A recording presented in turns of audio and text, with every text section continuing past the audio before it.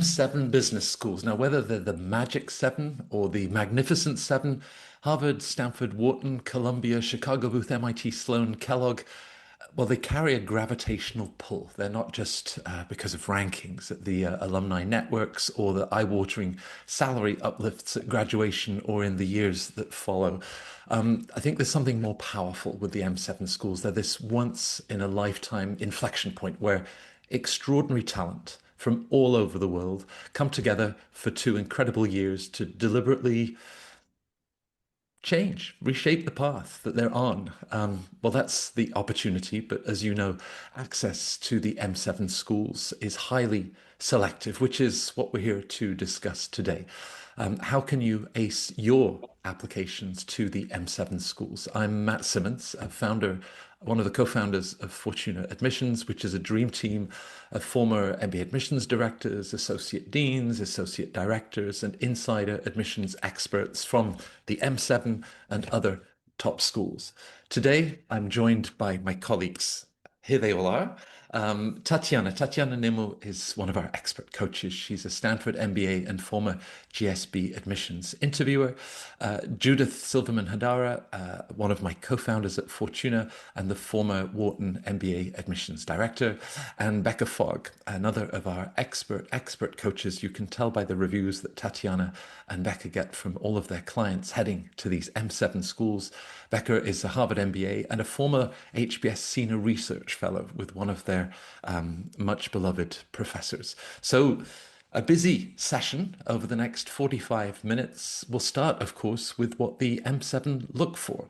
And you can expect so much expert guidance and advice. We'll break it down school by school, so 7 of them, slide by slide, and then perhaps think about timing for the 2026-27 admissions timeline. Round 1 versus round 2. Are there really only 4 places left at Stanford in round 3? Well, if that's the case, how do we ensure that our timing is optimal? And building that list, because between Sloan, Kellogg, Columbia, these are very different cultures and schools. As you look not just for the best business school in the world, I'm not sure that exists, but the best business school for you. And of course, thinking about some of those common pitfalls. We've never seen those, right? No, nobody makes any mistakes in their applications. So we're going to start with the big picture. And Judith, I'm going to hand over to you for that sort of macro sense of what it is that the M7 schools are looking for. Thank you so much, Matt. And I'm excited to be here today with a terrific panel. I'm excited because I frequently, we do a lot of these panels, but it's always great to see new folks on them. So very, very happy to be here.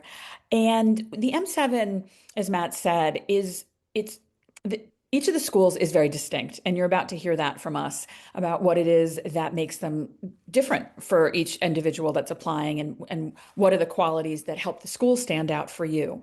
But what I can say is that there's a lot of similarities across the M7. They're all going to be looking for, how you're going to become a leader as a result of your time, of your 2 years in that program. They want to understand what kind of leader you've been so far, what kind of impact you've had on organizations and professionally that you've been able to affect. Certainly, you're going to be coming in with a strong ability to succeed academically, either through your own work or through testing or through academic ability. You're going to want to show your strong quantitative and analytical chops.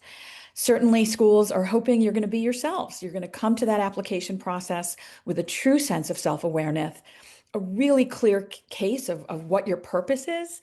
And also, I cannot stress this enough, a sense of humility so that you are sharing who you are and you're making your full self known, but you are not standing at the top of a mountain and shouting it out to the world, right? So you do have a little bit of humility in that application process.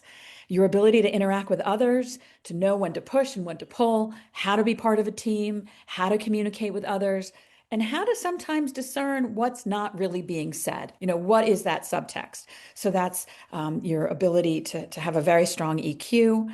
And at the end of all of this, and certainly an important part, is how are you going to convey what your goals are? They're very mission driven. They're certainly going to be ambitious, but you also want to understand that you might not leave your MBA program and run your own private equity firm, right? So you're going to want to have a plan in place that makes sense, given where you've been, given your education and given where you want to go.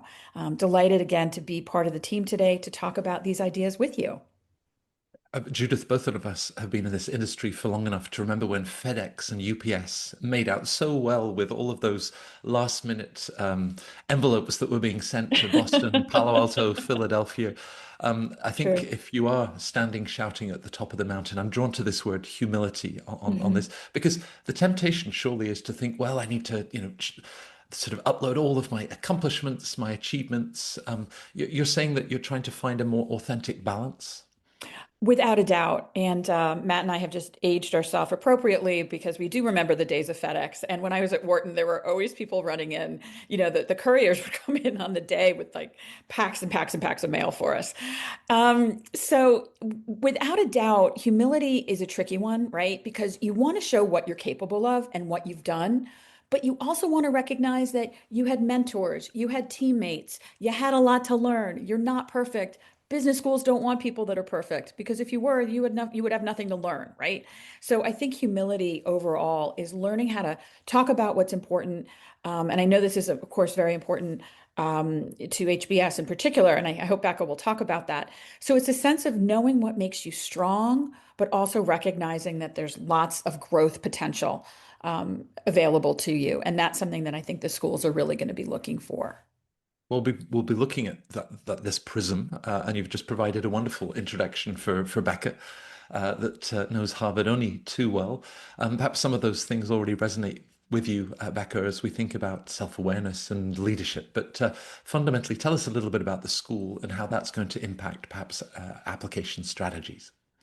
Absolutely. Thanks, Matt and Judith, also for the terrific setup. I think you've said everything about humility that everyone needs to understand when they're applying to Harvard. But as you mentioned, the M7 are all looking for some similar core attributes, but every school views them through a slightly different lens. At HBS, they want to see what they call a habit of leadership. And what that means is showing across all of your application elements how you have demonstrated leadership over time in different realms, from school and extracurriculars to community to the workplace, that real habit over time. And in your two essays, or in two of the essays, you get to unpack firstly your unique leadership style and impact. And in the second, you get to show that you have the curiosity and the open-mindedness that leaders really need to be able to grow and also navigate all of the big challenges and opportunities that they're going to face across their careers. And in the final essay, you're laying out a career vision that's credible and inspiring because it's rooted in your real life experience and reflections. And of course, in all of these essays, you are driving your message home with stories from your real lived experiences that are really going to resonate with the admissions team. Becky, you know that I'm fortunate, in addition to Fortuna, to sit down with many of the admissions directors of the top schools at the Centre Court MBA Festival. And we talk a lot about, I think, the way that you framed habits of leadership, patterns of behavior. And often with our clients, we're looking to connect dots, perhaps something, at high school or during your studies, or that came up in a particular project at work or in your extra community. Being able to make those ties to really then reinforce to the admissions office in Dillon House how leadership accompanies you in all of these different circumstances, right? Yeah, absolutely. And that's often, I think, one of the first points of learning for the candidates is that leadership isn't, I've been given a job where I have two direct reports and now I do their performance reviews. That's a Mhm. very narrow definition of leadership. And what we often find as we explore people's backgrounds and stories and the times when they really had impact, what the candidates are doing is recognizing that many of them have been leaders throughout their lives. And it might not have been in an official capacity. It might be, that they, were assigned to be the buddy of a new student at school, or they started a club in their high school or in college. They led the change in a curriculum in a class where, it just wasn't keeping up. So there's so many different ways that you can talk about leadership, and Harvard doesn't see those as second best to that official manager title, they see that as proof that you have got what it takes to do it in an official capacity because you've been doing it all along. Right. This idea that leadership doesn't always have a title. And Mhm. yet the idea of investing in and elevating others. Now that, of course, could be future MBA classmates, but again, it's reinforcing this idea of maybe there's a self-awareness involved in this whole approach to be able to identify how you help others to shine and achieve their potential. Absolutely. And that connects back to Judith's point about humility. Humility isn't just recognizing that you're not perfect yet or ever, but it's also understanding that nobody gets where they are and succeeds and has impact alone. Mhm. So, you know, to have that self-awareness, to understand your strengths and your weaknesses, where you need to hire someone to supplement your skill and your expertise, where you need to find that person who's a great sounding board, where you really bounce off the ideas and you're able to bring out, you know, their expertise or help them see where they're able and they didn't even know they were, that kind of thing. So it's really your ability to be part of an ecosystem and enhance the impact of that whole system. Right. Every year, we're fortunate to work with many successful admits to Harvard Business School and even dual admits on the other side of the country in Palo Alto and Stanford. And yet, Tatiana, distinct differences between both schools and perhaps some of the characteristics that they're looking to identify. Absolutely. And just like Becca was alluding to, there's a very particular lens for the GSB. And so that lens emphasizes the intellectual vitality. And I want to tag these to one of the mottos, you know, like that at Stanford, that things that don't yet exist are being made. And so it's these never-ending thirst and hunger to be curious and to have, you know, extending this concept of the humility piece that has been mentioned. It's maintaining this growth mindset. It's keeping this beginner's mind in terms of, doesn't matter, I'm not going to assess myself by the amount of knowledge that I have accrued, but it's really in that openness to keep asking and not feel threatened, you know, by asking and being curious. So that's one element. The other element that, you know, like the last two, that they go hand in hand, you know, it's these leadership potential and authenticity. And that is very much, you know, resonating with what Becca was referring to for HBS. It's these evidence of having done things in the past, in whatever context, in whatever dimension, in whatever vested or not vested sense of authority, but coming from a place of feeling whole and complete, such that authentically you can put arms around who you are. Because if you're operating from the premise that you're already complete and bringing things to the table of value, but with this openness, this growth mindset, then you're going to have much more impact. You're going to have this heightened sense of self-awareness of what you bring to the table, and then understanding what landscape are you operating in and who are you operating with, and going for situations in which there's, you know, like an intended win-win. And so it's these lens, you know, of the openness, but this openness coming from a place of being complete, but not complacent, and then understanding that you need to play around different landscapes and with different elements that are going to be surrounding you, always, you know, trying to find these successful interactions, these win-win outcomes. So that's let's say the spirit, you know, of what the school is looking for. And they're going to be leveraging the different parts and elements of the application, but particularly their iconic essays, you know, like the what matters most to you and why, the why Stanford, and then the optionals that we generally recommend not to interpret as optional, but yet another amazing piece of real estate in which you're going to be able to complete the picture. Now, in terms of the what matters most, it's really, I love to frame it as the past and present. It's understanding and again, authentically putting arms around the strengths, the areas of opportunity, the shadow and the light, so to speak, of what has shaped you, what has made you, which pivotal moments in your life, which moments of deep introspection, which role models, have influenced and informed.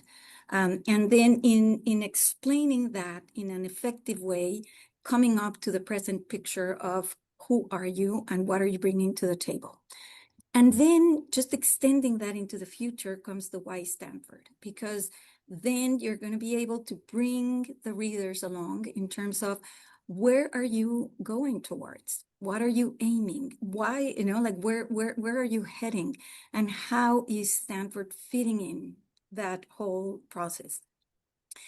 Given that they want to know more about who you are in those first two essays, the school adjusted a few years ago to offer these optional essays so that then in very separate short bits of information, you can talk about specific areas in which you have had impact. And this can be impact on the professional sphere, personal sphere, community endeavors, etc. And so that's wonderful, because there you can talk about what you have accomplished. And ultimately, there's going to be that background question in terms of what has influenced, like what piece of who you are and your background has influenced a decision that you have made as of late, as of recent. And so that's almost like a mini version of the What Matters Most, but again, offering in a very substantial, very insightful, very arms around who you are, with demonstration that you have that strength in self-awareness, because in the extent that you have that, you're going to be able to understand others, and you're going to be able to maximize all those interactions that are going to come with strong leadership. In a live session with Erin Nixon, the Dean of Admissions at Stanford last month, we talked about a 100th birthday celebration. There was a big cake, but she insisted, as they reflected on 100 years of impact, they're already thinking about the next 100 years. Now, Tatiana, you've talked about timeframes, past and present, but a school that talks about changing lives and changing the world, perhaps sometimes the temptation for candidates to share this big future vision that may not be grounded in perhaps that individual's reality. So how do we ensure the balance, so that growth mindset, but drawing perhaps on past experience? Absolutely. And I think that's the through line that I love to see between the What Matters Most and the Why Stanford, in which based on the evidence, because that's going to be their best predictor. Whatever you have demonstrated in the past is the best predictor for what's going to come in the future. And so what you have expressed authentically, compellingly in the What Matters Most should be the foundation for what comes credibly in the Why Stanford. And there lies this extension between the past, present of the first essay and then the future. It's going to be always good to be ambitious, but realistic. And so in that regard is that it can't be a hockey stick kind of situation. It has to be something that naturally, that almost reads as one single essay, between those two. Wharton, Judith, is one of the two oldest US business schools. I don't want to get into the fight about which is the oldest, steeped in history, but similarly, looking to the future, innovation, entrepreneurship, the impact of AI. Tell us about the school and, of course, their approach to look at the dynamics of leadership in their future MBA class. I was smiling as Tatiana, Matt, as you were talking about that Stanford's just turned 100, because, of course, the Northeastern schools such as Wharton and Harvard pride themselves on having been around forever. And I think it's always, who's gonna have the bragging rights. Wharton is definitely thinking a lot about collaboration. And I think that's something that is important to note. Wharton, for a long, long, long time, had a tagline in everybody's mind that it was a finance school. And if you wanted to go to Wall Street, that's where you went first. You were going to get the nuts and bolts and all the quantitative chops that you needed. And then you would really, like, Wall Street was it, kind of. That was the the goal. And that's changed so much, not only in the years that I was there, but since. Wharton is really looking towards the future. They are talking so much, and I just was prepping for another session about Wharton and AI and what they're thinking about in terms of how AI is usable, how it's going to help us to grow and move further, and what does it actually mean. And so a million different ideas that have things to do with Wall Street, but are actually grounded in about 25 different areas of thought as well. Without a doubt, the school is hoping to engender a sense of collaboration from the get-go as you understand what Wharton is looking for and how they want you to grow while you're there.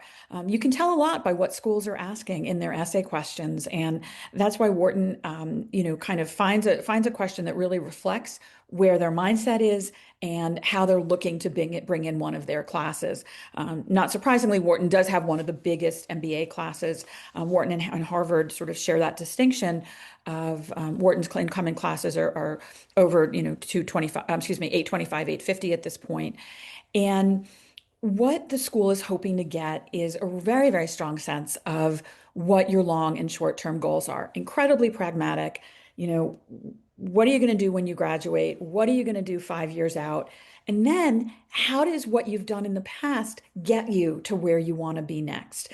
So as you're thinking about the school and you're thinking about what you've done, what is it that you're going to take advantage of that's going to allow you to really grow what this vision is that you've had?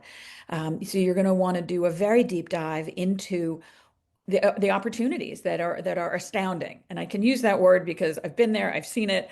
We talk to students all the time after their first year, and their minds are like, oh my gosh, it's like drinking from a fire hose. Like, I can't possibly wrap my hands around everything that is out there. And I always suggest that students, it can be a little overwhelming when you're doing your research, but really try to connect with individuals that are current students, recent grads, and then possibly alums from 10 years plus out, because they'll really be able to share with you how the school has impacted, how they've seen the world, and how they've been able to grow and develop as a result. So just to make it clear, I think Wharton has really worked hard to develop that sense of collaboration from the very beginning. You are part of a cohort, which is, excuse me, you're part of a learning team, which are 5 or 6 individuals. You're going to be working through projects together. You're part of a cohort and a cluster. And, you kind of have a lot of different family members. And that's a way of making sure that you're engaging in a very profoundly academic and pre-professional way to influence one another, to hear what one another has to say, to learn how to lead from within. So all of these ways to collaborate, but both in and outside the classroom, are incredibly important. The second essay that Wharton has developed is to understand where you're coming from. What are the aspects of your background academically and personally that really connect with what Wharton is offering? So how does an experience that you had in college, or an organization that you've been involved with, or something maybe informally at work, how does that then connect with Wharton's offerings, and then how you're going to be able to bring others along with you, for example? So Wharton is really not about I as the individual, but it's we as a team, we as a group, myself and my partner, right? So you're going to, again, going back to the ideal of humility that we talked about a little earlier, and Becca was capitalizing on, it's a lot about learning how to exist in the world with not just yourself and your own ideas, but kind of this sense of teaming with others and getting the most that you possibly can out of those experiences. And again, if you're wondering what schools care about, and you'll hear this as we go through the rest of the M7, look at their essay questions, because there's no better way to find out what really truly matters to a school than to find out what they're asking you as the applicant. Right. Judith, for any of these schools, Harvard, Stanford, Wharton, we provide a tremendous amount of support for research, to really get a sense of the personality and culture of each school. And often, we say it's not a popularity contest. You don't need to talk to 37 Harvard MBAs before you successfully apply. What we often would suggest is perhaps find that second year student that is maybe themselves playing a leadership role beyond the classroom in a club, that would be of real relevance and interest to you if you were to join that school. And Wharton has made a point, right? How will you contribute to the Wharton community? So perhaps that conversation you had with Francesca or Mhm. Michael or Deepak, whoever it might be, is a great way to illustrate the sort of ideas, energy, and engagement that you'd love to bring. 100%, Matt. And it doesn't mean that you're name dropping in your essays. You don't have to say, I've talked to the following 7 people. But to me, it's a lot like learning a foreign language. And before you go to a country, you kind of want to know enough about the language to make yourself understood, to show to people that live there that you've taken the time to understand the nouns and the verbs and, the adjectives in a way to make your conversation with them meaningful. I look at essays like a conversation. So the more you can know about a school and not just facts and figures, but to really imbue your essays with a sense that you know what the school is going to be able to bring to you and vice versa, that to me is really, really impactful. Which is why those conversations, and you'll find, not surprisingly, MBA students love to tell their stories and share with you what they've been doing. So it's really a wonderful opportunity for you to reach out. I will mention before we go to the next slide, it is sometimes hard to find their names on the websites of the schools. Schools have sort of stopped doing that for privacy reasons, but LinkedIn should be a pretty good way for you to find who you're looking for. Yeah, and of course we have an enormous network of previous clients now at Yes, these we do. schools or in the previous years. Um, 5, 6 years ago, I think Columbia Business School would have candidates watch a video. The music was terrible. Of course, the music is always terrible on those videos, but it talked about New York and the heart of business. It's a city, Rebecca, from your own very successful Fortune 500 career that you know very well. And Columbia Business School is right there. So tell us about the school and its location, what makes it so special. I mean, Columbia and New York City are absolutely inseparable, just in terms of the fact that, it also used to be known as maybe just a finance forward Mhm. school, but it is so much more.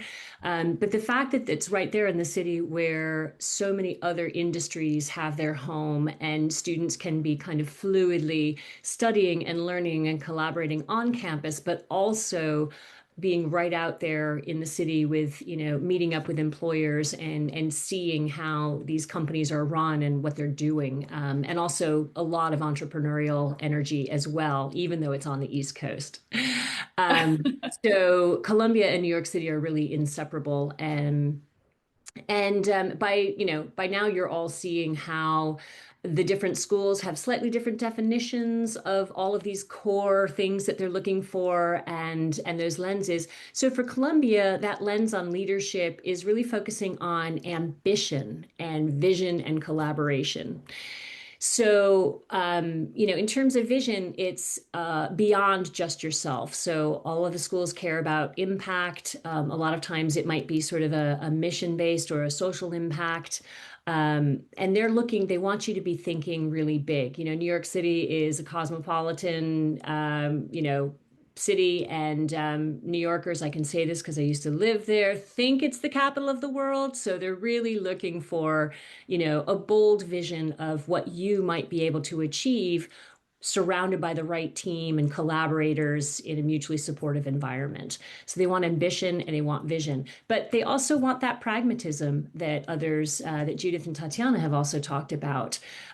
So understanding how you need to grow, understanding the market opportunity, having a really good idea about it. Of course, schools don't expect you to know all of that when you walk through the door. But it's almost like writing a business plan. They want to know that you have done enough research on what the opportunities are that are out there. They want to know that you've really, really thought about what you're good at, where you excel, and where you personally want to go. And you've matched that up with what the world needs or what you think it needs. And that the school is your stepping stone to that. So they're looking for ambition and vision, but also that pragmatism of understanding how you might fit into this new marketplace, this global need, and then also some really concrete career steps that are going to take you there. So in the app, toward that end, how does Columbia find that out from you? In the app, you've got a career goals essay. Just like Judith said, they're asking you exactly what they want to know. And that's where you want to get granular about the impact that you want to have and the career goals that are going to get you there. But then, really importantly, how CBS is the essential next step in this path. The schools really don't want to think that you are just cookie cutter, putting that same vision out there in all the schools. They aren't all the same. They would all set you up for a great career, depending on what that is, but there has to be a good fit. So this is the chance for you to show that you've done that research and that you understand what they are, the impact that Columbia wants to have in the world through its graduates, and that you are a good fit and you know that, and you're going to take full advantage of it. Mm. In the We second work. essay, sorry. No, please go ahead. I was going to say, in the second essay, then that's where you have a chance to share a story that brings your particular skill for collaboration and inclusion to life. And this can be a really fun and refreshing essay to write after all of this work on career vision and mapping out the steps and researching, how the school can help you get there. This is a chance for you to really reflect on your life and sort of pick apart some of these interactions that turned out to be really rewarding, or these, the challenging growth spurt or whatever. And in the end, there's always something about collaboration and inclusion that made a situation work or not. And they want to know those stories of where you were the person that made it work, and you were the person that kind of elevated the whole group because of what you could bring in terms of collaboration and inclusion. And it's a fresh, very different thing to be able to tell the admissions committee. And then lastly, you're going to prove that you are a great addition to the class. And you're going to do that by describing all of the opportunities and resources that you're going to take advantage of. They really want to know that you care that you're at Columbia and not some other school, and that you have chosen Columbia precisely because of what it can offer you. And you're also going to explain how you're going to enrich your classmates' experience as well, because the thread running through this whole conversation is nobody achieves anything in business alone. And so, that partnership, that collaboration starts right there in the classroom. And they want to know that you've thought about it, that you have a sense of what it would look like, and that you're excited about what you can bring to your classmates. Right. We've worked with many consultants, bankers, engineers applying to Columbia and the other M7 schools, helping them to stand out in well-represented subsets of the applicant pool. But Becca, we've worked with a disproportionate number of opera singers applying to Columbia. An opera singer has to find their voice. That's something important in any of these applications, right? Your voice, not just what you think Columbia or any of these schools want to hear. That's something that really needs to emerge in this introspection of applying to business school. Yeah, absolutely. And that can feel very uncomfortable sometimes for a candidate because, by the time you've gotten all the way through school and maybe you've gotten your first job, and maybe it's in a really prestigious firm or it's the job you always wanted, a lot of the way we get there is by doing exactly what people asked of us, right? And maybe even a little bit more. And maybe you've hidden things that you feel that might not be, so understandable, that sense of humor or something like that. This is the place where the people who are willing to take that risk and show who they really are in a respectful, engaging way really have an advantage. And it's that, that reflection and that shows that you know what you want, that you know what you're capable of. You're also open to the experiences and the way they might change, your views and your vision. But you're gonna dare to share what you really care about. And I don't know, I'd love to hear from Judith. From an admissions committee perspective, it must be really lovely to see those people who say, maybe you don't think I'm a typical candidate for business school, but let me tell you why it's perfect for me. I 100% loved reading those essays, loved working on those essays, because it shows that you're thinking out of the box, but you're also thinking about this, not what you do, but how you do what you do, right? So those qualities that you bring to any engagement, whether, as Matt said, standing, in a company during an opera, or working on a spreadsheet, or working as a journalist, like all these different ways that you might not think, oh, these are qualities and skills that I'm bringing to the table.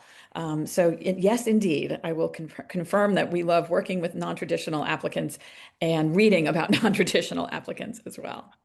Now, Becca has raised the question about a sense of humor. And for any of our British viewers, whether live or if you're watching this on YouTube in the weeks later, check with my colleagues first with that British sense of humor. You can imagine, have learned to check with them what I think is funny. Now, Donna Swinford, who's the head of admissions at Chicago Booth, has family in the UK, and she has a terrific sense of humor. We often think about Chicago Booth as a heavily quant-driven school, academic rigor. Tatiana, a lot broader and a tremendous diversity of voices that find their place at Chicago Booth. Yeah, absolutely. And so basically what's going to make Chicago Booth distinct, along that shared foundation, that we have already talked about, is that they are in for the mental brain power processing, the analysis, and that analysis is very founded and grounded on evidence, hence these evidence-based thinkers. And very importantly, these tolerance or this capacity to stand behind your independent voice to the point that you allow for diversity of thought, with this healthy tension in the class, in which if you are showing up buttoned up with your facts, figures, your evidence-based thinking, your very powerful capacity to analyze, and have this critical thinking, plus the strength of standing behind your thoughts, then you engage in this very fruitful dialogue, in this very healthy tension that is going to render really, really good results, given that the inputs are high quality. And so on one hand, we have that piece, but then on the other, Chicago Booth, amongst their very core values that we'll see with the photo essay, there's collaboration. And so it's in instilling this situation in which you're not too vested in your thoughts and too vested in your evidence, but you also have that capacity to be open, to engage, and be changed by the dialogue and the back and forth. And so they're going to be looking for these traits through these two essays. The goal essay, in which in the same vein as some of the other schools that we have already talked about, they want to know what's your vision, like where are you heading? Right. What's your appetite? What's your sense of direction?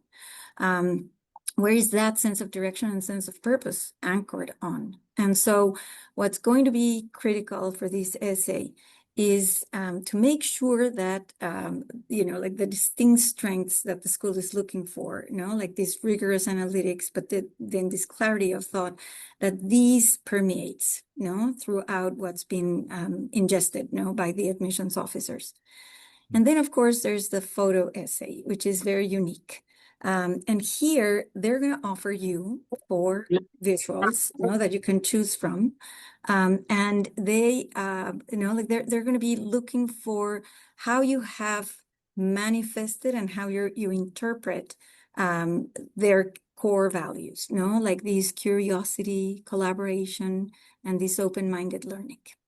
And so, in short, like they're seeking for that same foundational pieces, that all schools are going to be looking for, but with these doubling down, on the critical thinking, the analytics, the evidence-based, thinking that is going to be portrayed, and with that sense of conviction on what you're thinking, saying, and bringing forward, but with that openness to engage and collaborate. Right. We mentioned that later on we'll be talking about some of the common pitfalls, and I can imagine with submitting a photo, there are certain photographs that we shouldn't be sharing with the MBA admissions office. I'm about to blush. But it's not about, is it well framed and is everybody in focus in the photograph? It's Perhaps, Tatiana, having just a range of photographs, it's a great brainstorming opportunity to think about the story that might lie behind that particular image and what it says about you and what you'll bring to the school.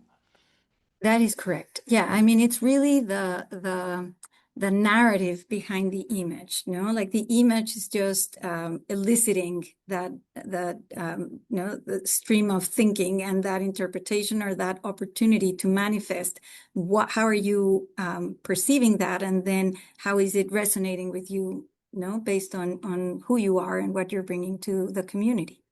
Right. Judith, the reminder that we do work with candidates on their social media footprint and certain photographs that perhaps we should move on from. We Um, do, we do, we do indeed. And you don't always know, but put those privacy settings on, everybody. You don't want so people you don't know checking out your photo streams. Right. Now, as we move to Northwestern and Kellogg, I'm just going to bring in a question, Judith, from Arindam, who's thinking about the leadership the habits that Mhm. Becca had introduced for Harvard Business School. He's also thinking about a school like MIT Sloan that we'll go to next that likes to see innovations, perhaps that you've introduced in the workplace or through your studies, and wondering, this balance of should I be showing leadership? Should I be showing innovation? Now, typically, and this is equally true for Kellogg, I'm sure, it's not just one thing. And this whole journey to business school and the application is to explore all of those different aspects of leadership, innovation, impact, and more. I would definitely agree. And I think sometimes you might feel that there's not enough space to talk about all of those in one essay. But the goal is to allow your whole application to speak to many different things, right? So that you might find it in your resume, you might find it in your essay, you might find it in your letters of recommendation, right? You're going to have one or two people writing for you on your behalf, talking about, some constructive criticism they've shared with you, or how they know you, how you've grown since they've known you. So it is um, I'm thinking this through as I'm talking about it. It's important to recognize that there's lots of different pieces of what you're eventually going to be sending in September or January, and they're going to really work in concert so that it is not, as Matt indicated, it's not an either or. And I think depending on the school, there's going to be some things that they might be looking for a little bit more. But that habit of leadership, for example, it's going to show up in a lot of different places in your life, and hopefully that's you're going to have many opportunities within the context of that application to Harvard or Kellogg or MIT to share that as well. Right. And I think that that's as you're starting the application process, it's good to recognize that you're not going to just sort of have it show up once and then not have it show up in another place in your application, and that there sometimes can be two or three values, and there should be, that are going to be shared within the context of that whole process. Well, Kellogg, we've identified as being values driven, and the leadership style would be more collaborative. So, talk us through the application, Kellogg, and how, Judith, and how you might be shaping it for the sort of personality and culture at Kellogg. You'll see that Kellogg really wants to get to know your experiences specifically. So I'm actually going to jump to the second essay where they're looking for, tell me about a time when, right? So they want to understand not these sort of principles of values and leadership and clarity, but actually like, how did you experience this? Mm. And then what does that mean about your own style? And then what does that mean for us, right? So it's always coming back to you as an applicant, but also us as a community. And I can't stress that enough. You're going to hear the word collaboration a lot. Kellogg is really one of those collaborative schools. It's a smaller cohort. They talk all the time about really deeply getting to know one another. And I think it's important to keep in mind that that's how they're looking to unpack who you are as an applicant. They really want to understand your personal motivations. Why are you applying now? And how come you didn't apply last year? Why do you think 2 years from now might not be such a good time for you? And that's important, right? You're gonna have a lot of reasons. It's not based on the clock, honestly, like, oh, I graduated 3 years ago, therefore I should be applying now. It's really based on you as a person and what is important to you. You want to get to know what is it that's important to Kellogg, and without a doubt, just drill down a little bit, talk to people. Those values are endemic to everything that they talk about and they present as an institution. And you'll see them right here in the question. As remember, I said to you earlier, you're going to find out what the schools care about. It's in their application questions: collaboration, innovation, and lifelong learning. That is incredibly important to Kellogg. So you're going to graduate. And then what? How are you going to continue to learn and grow as an alumnus of the school? So these are all really important to keep in mind as you're presenting who you are, that Kellogg is looking for very specific examples. They want to know that you know about their community, about how they teach, how they interact with one another, and then ultimately, and this is important, how you're going to grow as a result of your experience there. So they are very much thinking about what happens 5 years later, what happens 10 years later. And they're not talking about what job you're going to have or what career path you're going to have. How do you act in the world, right? And that's important to keep in mind, because when you graduate, you're going to make your impact. And it's not only going to be a professional impact, which to me is incredibly insightful about Kellogg. Yeah. We talked earlier about class size, and for the final M7 school, nothing implied the order that we've addressed them. A smaller program, it's like about 360 in the MBA program. Then there's the LGO that would add another cohort of 70 or 80. They often talk, Tatiana, about, what is it, menus and manus, of mind and hand. So, principled, the innovation that one of our viewers had raised earlier. Tell us about Sloan.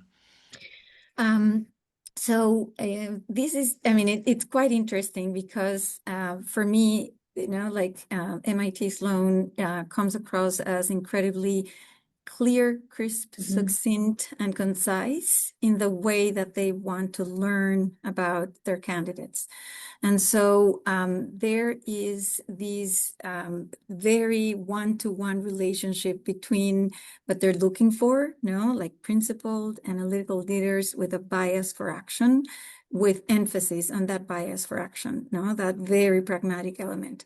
And so they have a different experience of their application, in the sense that they ask for a cover letter, which is, like a very economical use of words, very compact, in which basically what they want to know is what have you done, in terms of specifics, and then what was it like, what was the impact, and then how like did you go about it. And so basically it's a very hands-on community, in which that element of being able to ideate, generate the idea, have the concept, and then also be able to land it is of the utmost importance. And so that's the piece now that they're seeking, with being very economical in that cover letter and being able to be effective in communicating, what you've done.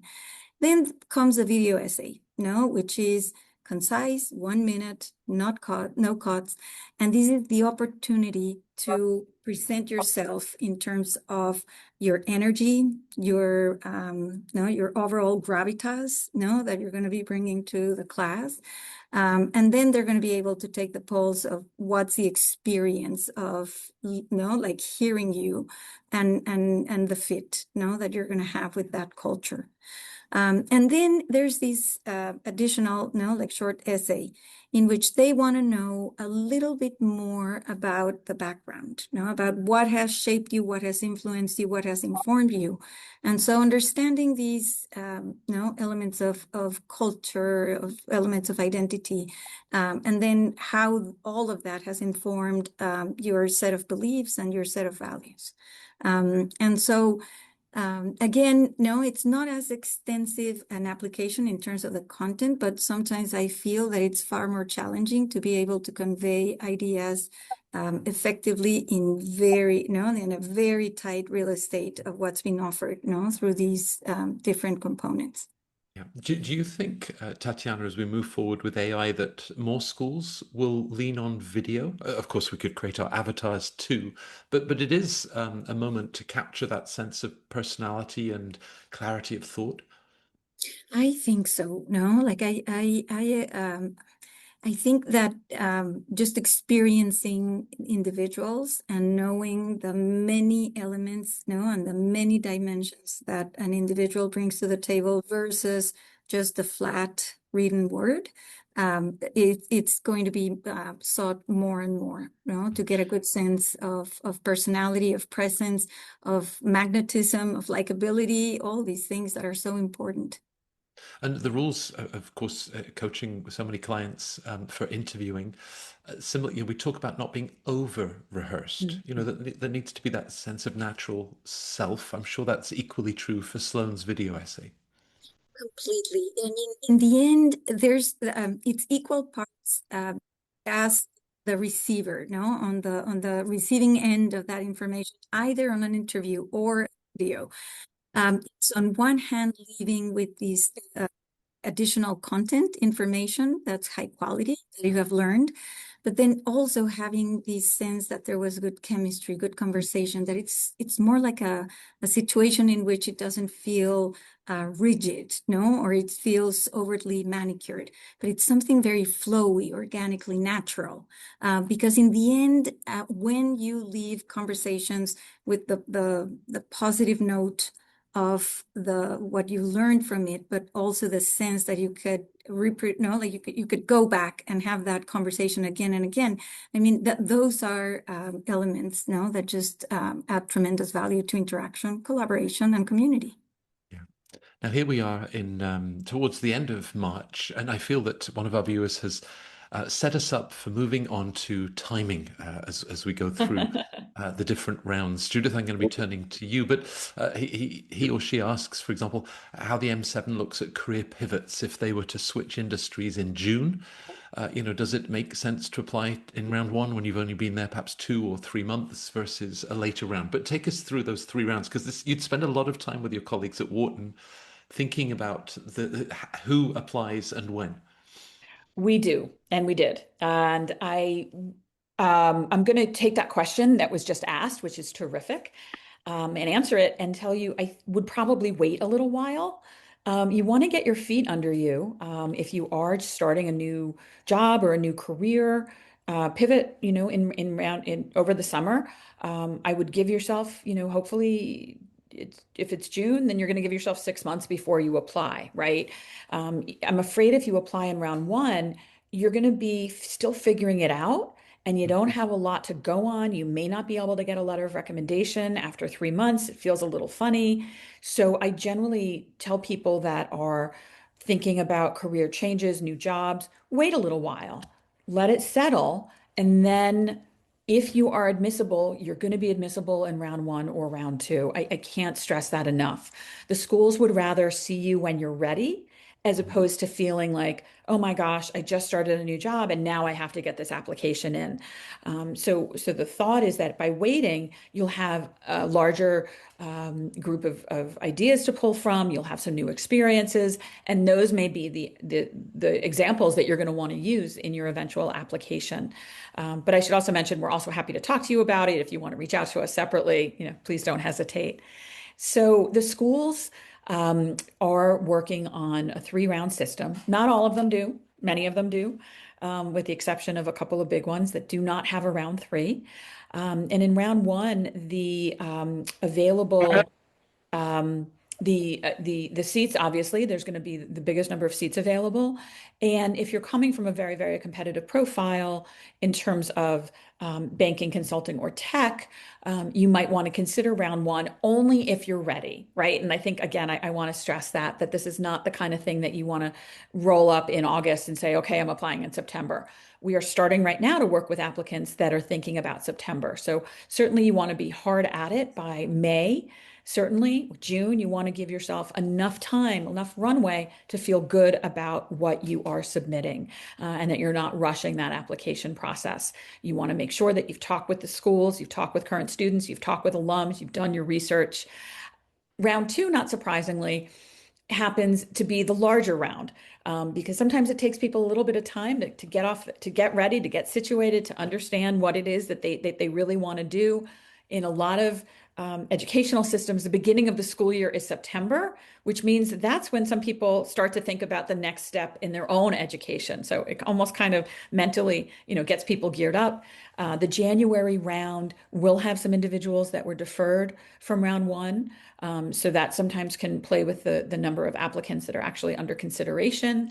And certainly in round two, there's going to be a sense the schools already know what their pools are looking like. They're a little bit better off in terms of recognizing what they're looking for.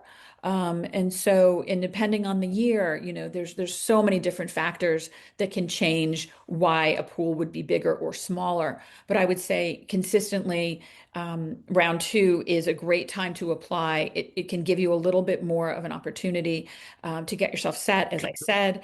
But keeping in mind, it is a lot to do 5 or 6 schools in round two. I typically tell my students you want to separate it out between round one and round two because it is a heavy lift, especially if you're still studying for the GMAT, GRE, and you're also obviously working a full-time job. So that's something to keep in mind. Round three, we affectionately call it the Hail Mary pass round or, the touchdown round. Not a lot going on in terms of seats remaining. Matt made a joke earlier about there are 4 seats at GSB. It is a hard one. We really try to understand why people are applying in round three. That's not to say there aren't spots, but they're not as many as there would be earlier. And you're going to want to make sure that you are exceptional. This is not for individuals that are sort of following a very specific path. They may be a little more non-traditional, for example. And it's not, I don't like it for testing the waters because if you turn around and apply again in round one, not a lot has changed. You're going to be answering different questions like, tell us what's changed since the last time you applied. I don't find it terrific in terms of figuring out where you stand in the application pools because it is such a sort of, it's a little bit of an unusual pool, a very unusual pool, which is why, as I mentioned earlier, a lot of schools are no longer participating in it. Right, Judith, I remember you describing how you talk with your team and say, not just round one and applicant volumes round two, but even having sort of buckets of the consultants and the Mhm. private equity and the digital marketing executives, engineers, consultants, and so on, and not wanting to typically fill more than half full in round one, knowing that there'll be so many Sure. great applicants equally in round two. But I'm going to throw in one specific for our viewers because I think it matters in this 2026-2027 admission cycle. In November, the US has midterm elections. We saw in the past cycle that international applications fell off a cliff to many Right. of the top schools, the M7 included. And I think that if there is a political shift with those results, we will see many candidates that have Mhm. postponed applications maybe jumping in to round two. So, if you're ready, as you'd said earlier, and ready to shoot your best shot, perhaps round one, just in case, things get very, very busy in round two. That's pure speculation for things over which we have no control. Just one vote each. Okay, that's a couple of more things that we want to cover. Um, the schools, we've discussed 7 schools. There are many other world-class schools beyond them. So your thoughts about putting together a school list that's drawn on recommendation, what your uncle said, the strengths and characteristics of these schools. Now, I could turn to any of you on this one. Who wants to talk about the school list? I can take it, Matt. Great, And Tatiana. Thank so you. I think in thinking about building your school list, you need to understand that even though these are super competitive programs, that you would, your premise would be, I would be so lucky that they would accept me, in any of these. You need to approach it as a two-way street in the sense that, of course, there's going to be the offering and the conditions and everything that comes with the school. But then you also need to factor in where do you think you're going to be at your best? We as human beings, we bring in absolute terms all the attributes and all our strengths, but we don't operate the same in different environments. And so knowing thyself and knowing the kind of environment that you're going to be excelling in along with, of course, your long-term plans. If you're planning on doubling down on a specific sector, industry, tapping into certain ecosystem, leveraging a specific aspect of a super strong set of alums, from a school, like understanding all those elements, so that you can find, like which is going to be the best offering, hands down for you. And so for these, like first off, know your why MBA, because what's been offered, that exists, but it's very important. What is it that you're looking for to leverage and maximize, what's already being offered? And then research deeply, not broadly, in the sense that you truly try to immerse yourself to the extent possible in understanding how is the experience going to be like for you, so that you find that perfect connection. Now you find that really good connection in which you are with your people and you're in the environment that you're going to thrive. Be very realistic about your profile, like understand all the set of elements that they're going to be looking for, that academic rigor, that's going to be sought through your GPA, that strong critical thinking and intellectual capacity that's going to be sought through the GMAT GRE score, that professional trajectory, of upward and to the right, that they're going to be looking for in your resume and some of the other bits and pieces. So be very realistic about your profile. And then, of course, there is where we can also help you in the sense that maybe some blind spots or some things that you're not fully dimensioning, that's kind of the work that you would be doing with a coach. And then, of course, understand that this is a numbers game. And so the more schools that you apply, like you're going to be increasing that kind of likelihood. And so make sure that you have a pool, of a healthy number of schools that you're going to be applying to. And from those schools, understand, like that you're going to have those elements that speak to you, but that you're diversifying, by culture and strength. Great.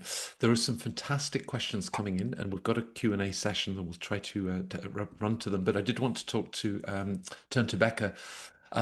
You've seen so many different approaches, each distinct, unique voice, Becca, but there are some common pitfalls that candidates can fall into. So let's make sure that we've covered them so that our viewers are not going to fall into them. Absolutely. And some of these have been seeded throughout the discussion before, but, print out the page and stick it on your wall. The very first one, submitting too many apps, taking on more than you can do well. And sometimes that can be hard to estimate up front, particularly when you know that more chances gives you more chances. Again, that's something that a coach can help you with. And sometimes it's just something that you have to spend time with the applications before you get a real sense of how much it's going to take. Generic, untailored essays. So trying to economize by leveraging, one piece of work as broadly and thinly as possible. And you're just not going to win, because it shows a lack of an understanding of or appreciation for those unique aspects of each school that they hold dear, that they are trying to populate a class to connect with. Lack of school fit research. Tatiana did a brilliant job explaining why that really matters. You don't want to waste time applying to schools that won't serve your goals or that might not appreciate your particular, your particular assets or ambitions. Failing to articulate what makes you stand out in a highly competitive pool. And this is a tough one. It's a little bit heartbreaking sometimes, because so many people who apply are so qualified in all of the really objective, quantitative ways. They've got the scores, they've got the schools, they've got the things. And by the way, I don't want to dissuade anyone who doesn't know this, because they're looking for authenticity. But you're bringing all of these objective things, and sometimes it can feel difficult to say, isn't this enough?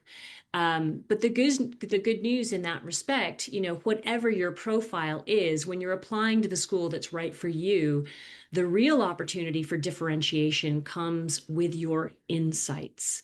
and your self-knowledge and your approach to a problem. It's all of these qualitative things and these values. And every single candidate has an opportunity equal to everybody else's to differentiate themselves in that way. And the candidates who put that work in and put that reflection in to be able to figure that out, that differentiating factor. And again, a coach can be extremely helpful because sometimes we can see things that our candidates can't. Right. And it's lovely when that happens and you say, wow, well, actually, you told me about that meeting where you did this. I don't think that was the big win. The big win was, and suddenly they realize that they're actually really good at something that they didn't know, or they bring a special quality. So that differentiation factor, yeah, it's making sure your GMAT scores are good, but you're probably not going to differentiate yourself that way. It's really the insights and the attitude and the approach and what you would bring to the world armed with that MBA. You just reminded me of one of the wonderful aspects of our work when that moment of clarity and what you've helped them to see. We've talked about curiosity, we've talked about an appetite for learning, we've talked about helping others to shine. And viewers, that is my typical day at Fortuna because I am very curious and I get to learn from these extraordinary individuals, the sort of insights and guidance that they have shared. When they talk about wrapping your arms around your past and your present, it actually gives me goosebumps sometimes, the sort of things that we discuss. And of course, we're constantly talking with candidates about your personal stories, your hopes and dreams for business school, your backgrounds. So this dream team that Becca, Tatiana, and Judith are so much a part of across not just the M7 schools, top international schools like INSEAD and LBS, Berkeley, Yale, UCLA, and a long list. And it's sharing this sort of insight with you so that that voice of yours emerges, that authentic self, the sort of introspection. And I think it's fair to say we see this road to business school as a gift. It's this remarkable opportunity to step back and really think deeply, as we've discussed on this session today, about your why, about the things that matter most to you, about where you're looking to head and how you hope to have impact. That is an extraordinary opportunity. And then the results follow. An hour before I joined this webinar, somebody from round 2 that just got into 9 of the 10 That was a schools. Wasn't really that good email. It just like amazing? And really. it started with a phone call, and by the candidate's own admission, they were very uncertain about their chances of applying to business school. We spent, I don't know, 45 minutes, probably an hour, talking about this wonderful background that they had and the story that they could share with business schools. I think that there was over $400,000 worth of scholarships that have been offered to this candidate. So please connect with us. We really take the time to look at your stories, your resumes, things that you've shared with us before that call so that it is as helpful and meaningful for you. There are many more webinars like this, whether they're school specific, as we've looked at today, perhaps they're looking at the interview process, approaching the right recommenders. I think we've got it all covered given the experience of our team, but please reach out for a free consultation. We take them incredibly seriously. Now, you've been very generous with your thoughts and your time. There are just a couple of questions that came up. Tatiana, when we were talking about school selection, you talked about GPA and test scores. One of our viewers said, standard now on the GMAT Focus, I should expect at least a 685 if I'm applying to a Harvard or a Stanford or a Wharton. Is there a score to clear, while at the same time no score that guarantees that you get into these schools? Yeah, it's tricky because, of course, the school publishes the average GMAT score of the class that has been admitted, and so we need to understand that average is the result of compiling several observations that can be in a broad range or a tighter range. And so in my experience is that, of course, when talking about scores, talking about GPA more is always better, but it is not a deal breaker, in the sense that I have had the experience of, in a comprehensive, well-integrated way, the candidate is presenting themselves. There has been probably some weakness on the GPA, and that's something that they can relate or allude to. Similarly, no, in terms of the GMAT GRE score. And so it is in the overall value proposition of the applicant that's been presented to the school that the applicant is going to be assessed and ultimately accepted. And so I tend to not want to discourage individuals, no, because it all comes together, as you're laying out all the bits and pieces, no, all those deliverables that are being expected of you for the application. So I hate to give, kind of a number. My general rule of thumb is that, of course, more is always better. More is desired, particularly on that quantitative percentile, because that's the universal language that they can use to compare and contrast, with people from all around the globe. But without meaning to discourage anybody, because there is a floor. Clearly, we want higher scores. Right. Judith, there is a question for each of you. It's wonderful how the viewers have segmented based on our discussion points. Going back to rounds of application, we work with a lot of candidates looking at HBS 2+2, deferred enrollment at Stanford, early access at Wharton, college seniors or in your master's degree, looking to apply and hold your place in the 2 to 5 years that follow. They'd asked, do admissions committees look at the applications as they come in, or do they wait for that round 3 deadline and only start to look at the applications then? You're reviewed at the deadline, and usually deferred applicants have a very specific deadline, which may or may not be exactly when the round 3 deadline is. So none of the schools are rolling. They want to make sure they've got everything in the door before they begin to make decisions. And deferred candidates are compared to deferred candidates. So you're not in an applicant pool with people that have been working for 5 years and then applying for MBA, right? So you're really being considered with other specific undergraduate or master's students that are currently enrolled and are going to do a 2+2 deferred enrollment, et cetera. And so I hope that's helpful, but you absolutely are not going to be considered before that final deadline. Great. And Becca, with the international career that you've enjoyed, candidates from all over the world, campus visits aren't always immediately available. Just your thoughts about getting to know the schools better, whether you're 8,000 miles away or 80 miles away and jumping on the Amtrak. Just a few personal reflections on the sort of research that can really help you to understand the school and its culture. Yeah, absolutely. Well, you can start out with, Judith's axiom. If you want to know what a school cares about, look at those essay questions, and be starting there. That introspection that you're going to need to do to answer those questions is going to tell you, are you enjoying that? Are you reflecting in that process on things that you value and appreciate and that you understand and you get? And that is a great place to start. But to be a little bit more concrete, certainly having conversations is really helpful. So, the schools understand that they've got an international population and they want that population not to be disadvantaged into making a good fit. And so there can be virtual opportunities. There are schools that will have, Q&As with students. Harvard's, the Harvard, the newspaper actually, sometimes publishes application advice and things like that. So, you can look at some of the sponsored opportunities that the admissions committee might be offering up in terms of Q&As and things like that. Virtual tours of the campus, which will also very often include student input. And then back to what Matt was saying, do some LinkedIn respectful stalking and find people who graduated from, we all know how to do it. We all know how to do it. Nobody admits it though, Becca. Everyone's kind of like, I don't really do that, but yes. Yeah. No. We all do that. What happened to that old boss? What happened to that old, so, go on LinkedIn and find people who, for instance, maybe work at a company that you are interested in working in or work in a sector. And, particularly if they're just a few years out, they will have a more recent experience. They might have a little bit more time, be more open to that. And then networking in your own professional circles. You don't really have to go far before you find somebody who has gone to, a good MBA program. So yeah, just, hustle. There are a lot of opportunities. You won't be at a disadvantage.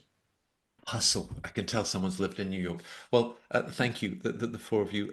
Fortuna, for many of you, might be a first network to encounter. As you can imagine, we've worked with so many extraordinary talents from all over the world to help them with their own business school plans. And you know, we stay in touch. We get to know them so well. You can imagine that's an incredible resource. But thank you, all of you, whether you've been watching this live, I see that everybody stayed from start to finish, or you've caught this on our YouTube channel with many other resources. But Tatiana, Becca, Judith, thanks for a fantastic session about the M7. Thank you, Thank everybody. We look you. forward to hearing from Yeah, you. everyone. Good luck. Thank you.